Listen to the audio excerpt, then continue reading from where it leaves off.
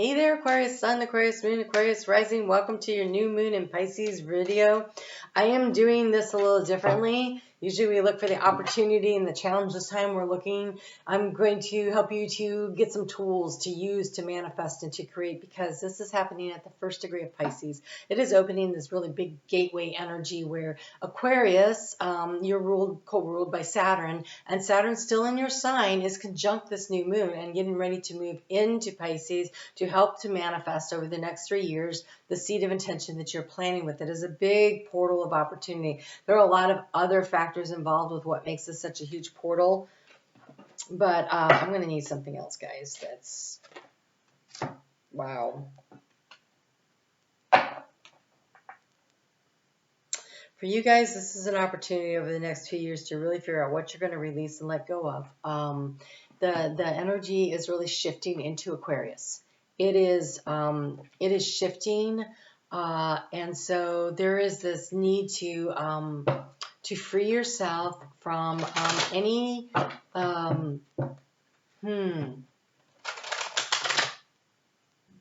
Okay, so Aquarius. Wow, this is different than, I've only had a couple that were like this. I think Leo had this, and Scorpio. So this is this energy where over the course of the next 3 years, actively working, and the reason this next 3 years is really important, because at the end of this 3 years, the North Node is going to be getting ready to move into your sign. And so the clearing out energy you do now is really important. And so I have Aquarian children, and I can tell you they stood out in a crowd, and sometimes really well, and sometimes, in a way that maybe they would have preferred not to have. And I think that most Aquarians go through that because you guys are such unique, interesting individuals, and there is a reason to be proud of who you are, and you were so forward thinking that most people could not catch up. And so what happened was, your big, huge, bright light that you brought to shine into this world, to move the world forward, your light is so needed, but you had to come in a little ahead of your time, right, in order to lay the groundwork. And unfortunately, what seemed to happen was you had negative energy being attached to you. Don't be like that. That's not normal. That's weird. That's whatever, right? All the things that caused you to wonder if your light is as bright as you think it is. Well, it is. Okay. Be proud of who you are. And so where you have this opportunity with the seed of intention in Pisces, and Pisces for you is in the house, especially if you're in Aquarius rising, it's in the house of self-worth, self-value, self-esteem. Okay. Self-love, self-acceptance, and financial.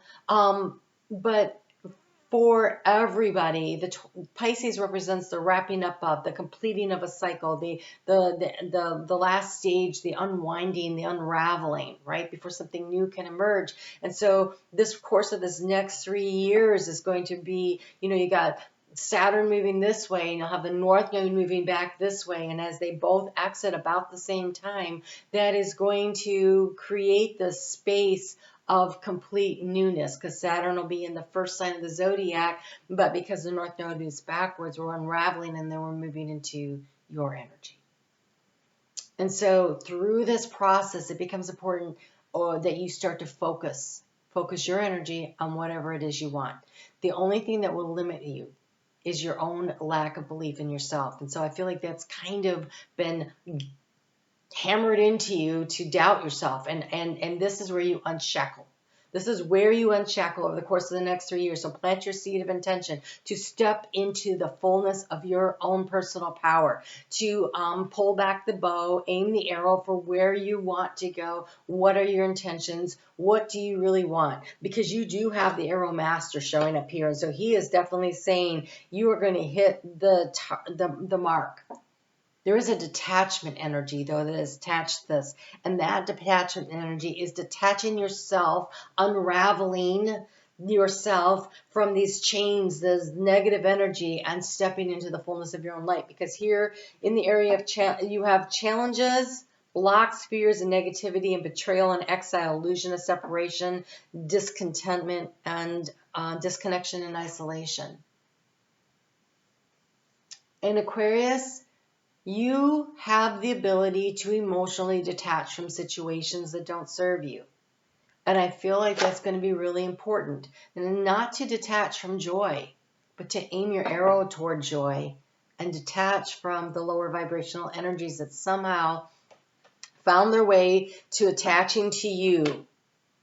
I feel like in this case, it's not about yourself. Well, yeah, your self-limiting beliefs, but I feel like it's like a hot air balloon, and all these sandbags have been attached to it. It's like somebody else put them on there, but your belief in yourself will allow you to pull them off, pull them off, pull them off, and it will allow you to elevate and to soar into the universal oneness that is so much your vision. It is what you see. You are about the connection. And so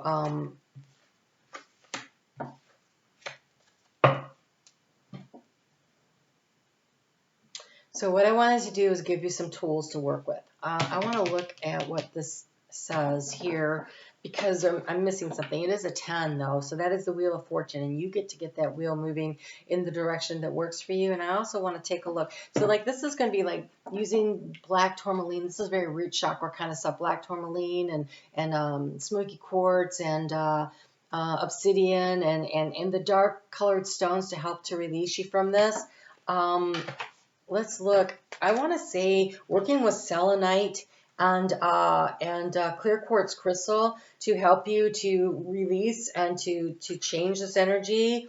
You have here though, you have Iceland Spa, so it is the clear quartz kind of stuff, and lapis lazuli, which is connection to the divine and being able to see and clearly hear and understand the messages and allow them. That's a blue one, right? And it's blue and golden, so it's messages of the divine that helps to open your throat chakra to your authentic self, to the truth of who you are, right? The truth of who you are. I really think that you are setting your arrow pointed in the direction of the truth of what you know to be true, and releasing the lower vibrational energies that have attached themselves to you.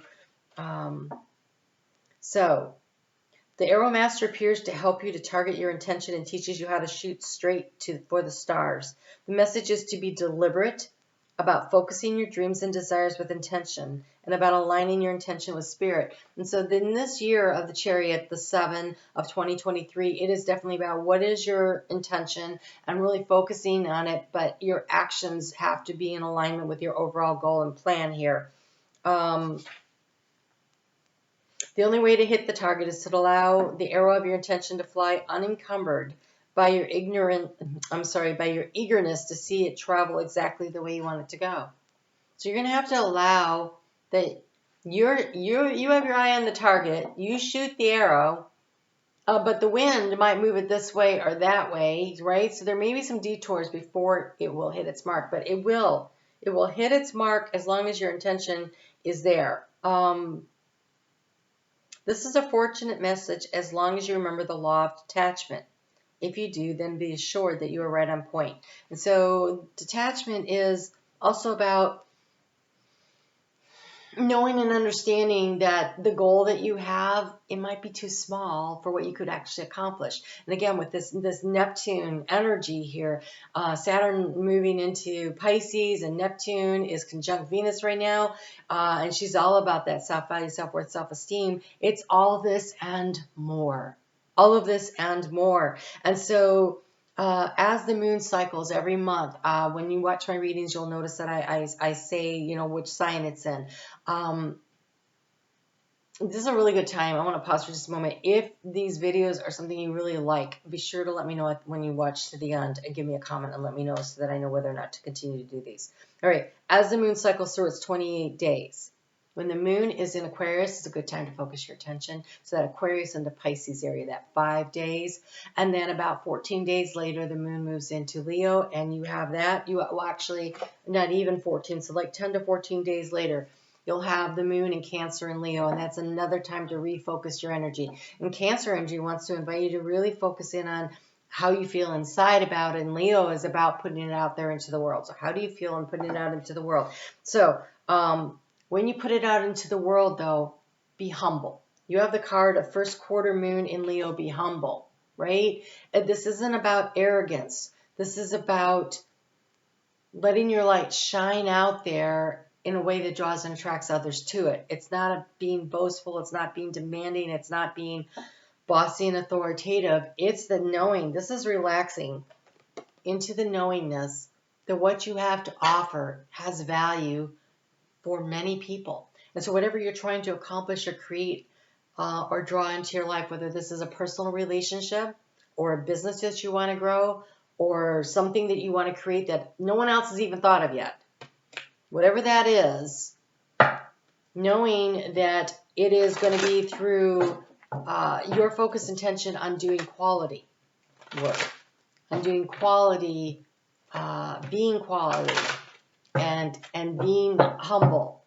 Humble means not boastful. Yeah, this is such creative energy. You can create whatever you want, but it is going to be through your humility and how you present yourself to the world that people are going to want to know more. They're going to want to know more.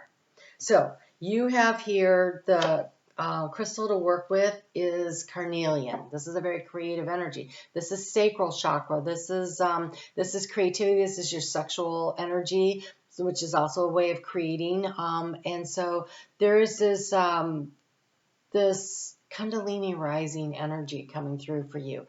And so creative energy flows through me in a myriad of ways. I courageously bring my ideas into actuality.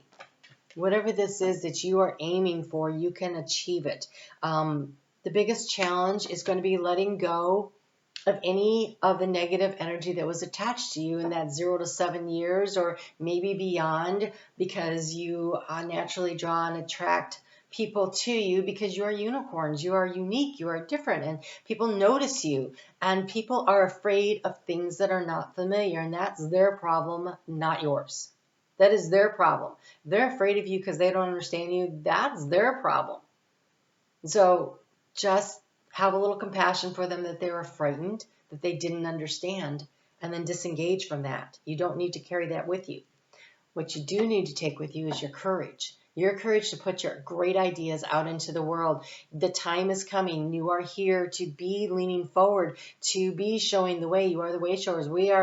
By the time we hit 2030, we'll have completed the shoulder season of exiting Piscean energy into Aquarian energy. We are nearing that point. We're halfway through there, right? We're halfway between 2012 and 2030.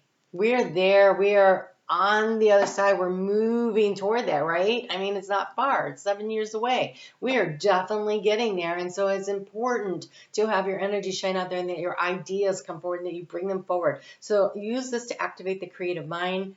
Finalize any projects that you have. Be very clear in your intentions. Shoot that arrow, right? Realize unlimited potential. I am telling you, this is the wide open field of dreams that we are planting our seeds of intention in. Improve your visualization skills. That's part of this intention, being really focused on what it is that you're trying to manifest and bring in, and stimulate the courage to fulfill life purpose and potential. You came here with a mission. And your mission may really be around just the innovative way that you raise your child, right? Because your child is going to go on to inspire and encourage and bring other people in. So I don't want you to think that any small thing you do, I don't want you to think this has to be, Greta, what is her name out there, talking to the UN. It doesn't have to be that Thunberg. It doesn't have to be that big, right? It could be in your community that you go to the school and you're like, I have this idea about how we can improve the reading space in the library to make it more inviting for kids to come in. Or it could be anything. Like, it doesn't have to be grand scale, but it matters because you're planting a seed that will ripple out across the eon. Wow. You are seeding the Aquarian age. That's what you're here to do. That's huge. That's a lot of responsibility. We're really quiet in here. That was like, they dropped the mic. Okay, so the last tool I want to give you to work with is a mudra. Mudra is about focusing the energy like an antenna. Your personal power and energy focused on something to help you to manifest, to create, to bring in. And you have the radiant light.